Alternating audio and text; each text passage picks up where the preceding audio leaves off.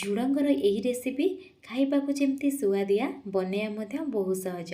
ଆଉ ଘରେ ଝୁଡ଼ଙ୍ଗ ଖାଉନଥିବା ଲୋକ ମଧ୍ୟ ହାତ ଚାଟିକି ଖାଇବେ। ନମସ୍କାର, ପ୍ରତିଦିନ ରୋଷେଇକୁ ଆପଣମାନଙ୍କୁ ଅନେକ ଅନେକ ସ୍ୱାଗତ। ଆପଣମାନଙ୍କୁ ଅନୁରୋଧ ରହିଲା, ଯଦି ଚ୍ୟାନେଲରେ ନୂଆ ଅଛନ୍ତି ପ୍ଲିଜ୍ ଚ୍ୟାନେଲକୁ ସବସ୍କ୍ରାଇବ୍ କରିନେବେ। ତା ସହିତ ସାଙ୍ଗ ଆଉ ଫ୍ୟାମିଲିମାନଙ୍କ ସହିତ ଭିଡ଼ିଓକୁ ସେୟାର କରିବେ। ଆଉ ଯଦି ପସନ୍ଦ ଆସିଥିବ ପ୍ଲିଜ୍ ଗୋଟେ ଲାଇକ୍ କରିବେ। ପ୍ରଥମେ ମୁଁ ଏଠି 400 ଗ୍ରାମର ଝୁଡ଼ଙ୍ଗ ନେଇଛି। ଝୁଡ଼ଙ୍ଗର ଆଗପଟୁ ଟିକେ କାଟି ନେବେ। କାଟି ନେଇ ସାରିଲା ପରେ ମିଡ଼ିୟମ୍ ପିସ୍ରେ ମୁଁ ଏଠି କାଟି ନେଇଛି। ଆଉ ଯେତେବେଳେ କାଟୁଥିବେ ଦେଖିକି କାଟିବେ। ଗୋଟେ ଗୋଟେ ଜାଗାରେ ପୋକ ରହିଯାଇଥାଏ, ଦେଖିପାରୁଥିବେ। ସବୁ ଝୁଡ଼ଙ୍ଗକୁ ପ୍ରଥମେ କାଟି ସାରିଲା ପରେ ଗୋଟେ ସାଇଡ଼ରେ ରଖିନେବି। ଚାଲନ୍ତୁ ଗୋଟେ ମସଲା ବନେଇବା। ସେଥିପାଇଁ ଗୋଟେ ବାଉଲରେ ଅଧା ଚାମଚ କାଶ୍ମୀରୀ ଚିଲି ପାଉଡ଼ର ଦେଇଛି। ତା ସହିତ ଅଳ୍ପ ଟିକେ ଏଠି ମୁଁ ମିଟ୍ ମସଲା ୟୁଜ୍ କରିଛି। ଆପଣ ଯଦି ଚାହିଁବେ ମିଟ୍ ମସଲାକୁ ସ୍କିପ୍ କରିକି ଆପଣଙ୍କ ମନପସନ୍ଦର କିଛି ବି ମସଲା ଦେଇପାରିବେ। ଅଧା ଚାମଚ ଧନିଆ ଗୁଣ୍ଡ, ତା ସହିତ 1/4 ଚାମଚ ହଳଦୀ ଗୁଣ୍ଡ ଦେଇଛି। ଆଉ ଚଟପଟା ଫ୍ଲେଭର ଆସିବା ପାଇଁ ଅଧା ଚାମଚ ଚାଟ୍ ମସଲା ଦେଇଛି। ଚାଟ୍ ମସଲା ଜାଗାରେ ଆପଣ ଚାହିଁଲେ ଆମଚୁର ପାଉଡ଼ର ନେଇପାରିବେ, ନହେଲେ ନାହିଁ କି ସବୁ କିଛି ସ୍କିପ୍ କରିପାରିବେ। ମୁଁ ଏଠି ଚଟପଟା ଫ୍ଲେଭର ପାଇଁ ଦେଇଥିଲି।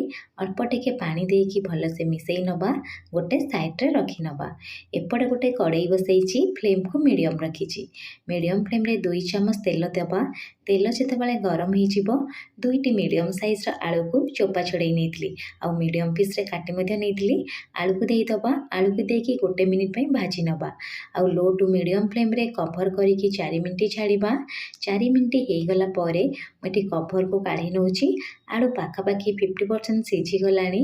ପ୍ରଥମେ ଆମେ ଆଳୁକୁ ଟିକେ ଏମିତି ଏପଟ ସେପଟ କରି ମିଶାଇ ନେବା। ମିଶାଇ ସାରିଲା ପରେ କାଟିକି ରଖିଥିବା ଝୁଡ଼ଙ୍ଗ ଦେବା। ଯେହେତୁ ଆଳୁ ସିଝିବା ପାଇଁ ଅଧିକା ସମୟ ଲାଗିଥାଏ, ସେଥିପାଇଁ ପ୍ରଥମେ ମୁଁ ଆଳୁ ଦେଇ ଭାଜି ଦେଇଥିଲି, ତାପରେ ଝୁଡ଼ଙ୍ଗ ଦେଉଛି। ଆଉ ଝୁଡ଼ଙ୍ଗ ଭାଜିବା ପାଇଁ କମ୍ ସମୟ ଲାଗିଥାଏ।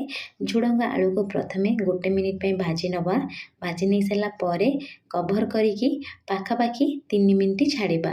ଆଉ ଝୁଡ଼ଙ୍ଗକୁ ବେଶୀ ଭାଜିବେନି, ନହେଲେ ଭାଦ୍ରା ଟାଇପ୍ର ଲାଗିବ। ଦେଖିପାରୁଥିବେ 3 ମିନିଟ୍ ହେଇଗଲାଣି। ଏବେ କଭର୍କୁ କାଢ଼ି ନେବା। କାଢ଼ି ନେଇ ସାରିଲା ପରେ ଝୁଡ଼ଙ୍ଗ ଉପରେ ଟିକେ ଜଷ୍ଟ ବ୍ରାଉନ୍ କଲର୍ ଆସିବା ଯାଏ ପ୍ରଥମେ ଟିକେ ଭାଜି ନେବା। ଭାଜି ନେଇକି ଏମିତି ଖେଳେଇକି 2ରୁ 3 ମିନିଟ୍ ଛାଡ଼ିଦେବେ। 2ରୁ 3 ମିନିଟ୍ ହେଇଗଲା ପରେ ଆଉ ଥରେ ଟିକେ ଭାଜି ନେବେ। ଆଉ ଝୁଡ଼ଙ୍ଗ ଉପରେ ଟିକେ ଜଷ୍ଟ କଲର୍ ଆସିଗଲାଣି। ଆଉ ଝୁଡ଼ଙ୍ଗ ମଧ୍ୟ ପାଖାପାଖି 80% ସିଝିଗଲାଣି। ଏବେ ସବୁ ଝୁଡ଼ଙ୍ଗ ଆଳୁକୁ କାଢ଼ି ନେବା। କାଢ଼ିକି ଗୋଟେ ସାଇଡ଼ରେ ରଖିନେବା। ସେଇ କଡ଼େଇରେ ମୁଁ ଆଉ 1ରୁ 1.5 ଚାମଚ ତେଲ ଦେଉଛି। ତେଲ ଯେତେବେଳେ ଗରମ ହେଇଯିବ, ଅଳ୍ପ ଟିକେ ଜିରା ଦେଇଦେବା। ଅଧା ଚାମଚ ଜିରା ଦେବା। ଜିରା ଭଲସେ ଫୁଟିଗଲା ପରେ ତାପରେ 1 ଚାମଚ ଅଦା ରସୁଣ କଞ୍ଚା ଲଙ୍କାର ଛେଚା ଦେବେ। ଦେଇସାରିଲା ପରେ ଫ୍ଲେମ୍କୁ ମିଡ଼ିୟମ୍ ରଖିବା। ମିଡ଼ିୟମ୍ ଫ୍ଲେମ୍ରେ 1ରୁ 1.5 ମିନିଟ୍ ଏଠି ଆପଣ କ'ଣ କରିବେ ନା ଟିକେ ଭାଜି ନେବେ। ଏଠି ଆମେ ତରକାରୀରେ ପିଆଜ ୟୁଜ୍ କରିବାନି, କେବଳ ଏଇ ରସୁଣ କଞ୍ଚା ଲଙ୍କା ଅଦାର ଛେଚା ଦେଇ ବନେଇବେ, ଦେଖିବେ ଟେଷ୍ଟ ଭଲ ଆସିବ। ଆଉ ଟିକେ ଜଷ୍ଟ ବ୍ରାଉନ୍ କଲର୍ ହେଇଗଲା ପରେ ଗୋଟେ ମିଡ଼ିୟମ୍ ସାଇଜ୍ର ଟମାଟୋକୁ ପେଷ୍ଟ ବନେଇ ରଖିଥିଲି, ଟମାଟୋ ପେଷ୍ଟ ଦେବା। ଦେଇସାରିଲା ପରେ ଜଷ୍ଟ ଟିକେ ମିଶାଇ ନେବା। ଆଉ ଟମାଟୋ ସିଝିବା ପାଇଁ କଭର୍ କରିକି 3 ମିନିଟ୍ ଛାଡ଼ିଦେବା। 3 ମିନିଟ୍ ଭିତରେ ଦେଖିବେ ଟମାଟୋ ମଧ୍ୟ ଭଲସେ ସିଝିଯିବ।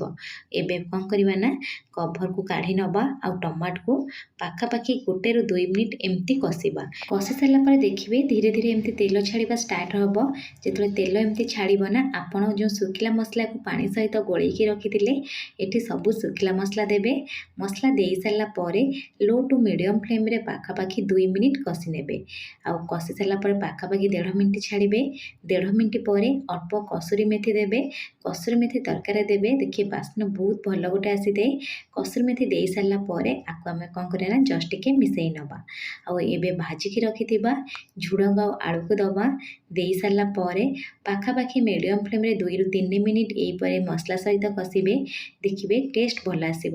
ଆପଣଙ୍କୁ ଯଦି ଏମିତି ଟିକେ ପସନ୍ଦ, ଆପଣ ଅଳ୍ପ ଟିକେ ପାଣି ଦେଇକରି ଏଠି ଆପଣ କ'ଣ କରିବେ ନା ଏହିପରି ଝୁଡ଼ଙ୍ଗ ଆଳୁର କଷା ମଧ୍ୟ ଖାଇପାରିବେ। ମୁଁ ଟିକେ ଜଷ୍ଟ ଗ୍ରେଭି ବାଲା ବନେଇବି, ସେଥିପାଇଁ 1 କପ୍ ପାଣି ଦେଉଛି। ବେଶୀ ପାଣି ଦେବେନି, ନହେଲେ ଟେଷ୍ଟ ଆସିବନି। 1 କପ୍ ପାଣି ଦେବା। ପାଣି ଦେଇକି ଆକୁ ଟିକେ ମିଶାଇ ନେବା। ଫ୍ଲେମ୍କୁ ଏବେ ମିଡ଼ିୟମ୍ ଟୁ ହାଇ ରଖିବା। ମିଡ଼ିୟମ୍ ଟୁ ହାଇ ଫ୍ଲେମ୍ରେ କଭର୍ କରିନେବା। କଭର୍ କରିକି ପାଖାପାଖି 4ରୁ 5 ମିନିଟ୍ ଛାଡ଼ିବେ। ଯେହେତୁ ଆମର ଆଗରୁ ଆଳୁ ଝୁଡ଼ଙ୍ଗ ସିଝି ଯାଇଛି, କମ୍ ସମୟ ଲାଗିବ। 5 ମିନିଟ୍ ହେଇଗଲା ପରେ ମୁଁ କଭର୍କୁ କାଢ଼ି ନେଉଛି। ଦେଖିପାରୁଥିବେ କେତେ ଡେଲିସିୟସ୍ ଦେଖାଯାଉଛି। ଏବେ ଟିକେ ମିଶାଇ ନେବା। ମିଶାଇ ସାରିଲା ପରେ ଆପଣ ଯଦି ଚାହିଁବେ ଲାଷ୍ଟକୁ ଗରମ ମସଲା ମଧ୍ୟ ଦେଇପାରିବେ। ଆପଣ ଗୋଟେ ଥର ଏଇ ଝୁଡ଼ଙ୍ଗର ରେସିପି ଘରେ ଟ୍ରାଏ କରନ୍ତୁ। ବିନା ପିଆଜରେ ବନିବ ଆଉ ଟେଷ୍ଟ ମଧ୍ୟ ପୁରା ଜବରଦସ୍ତ ରହିବ। ଆଉ ମୋ ସହିତ ନିଶ୍ଚୟ ସେୟାର କରନ୍ତୁ। ଭିଡ଼ିଓ ପସନ୍ଦ ଆସିଥିଲେ ଲାଇକ୍ କରିବେ। ଧନ୍ୟବାଦ।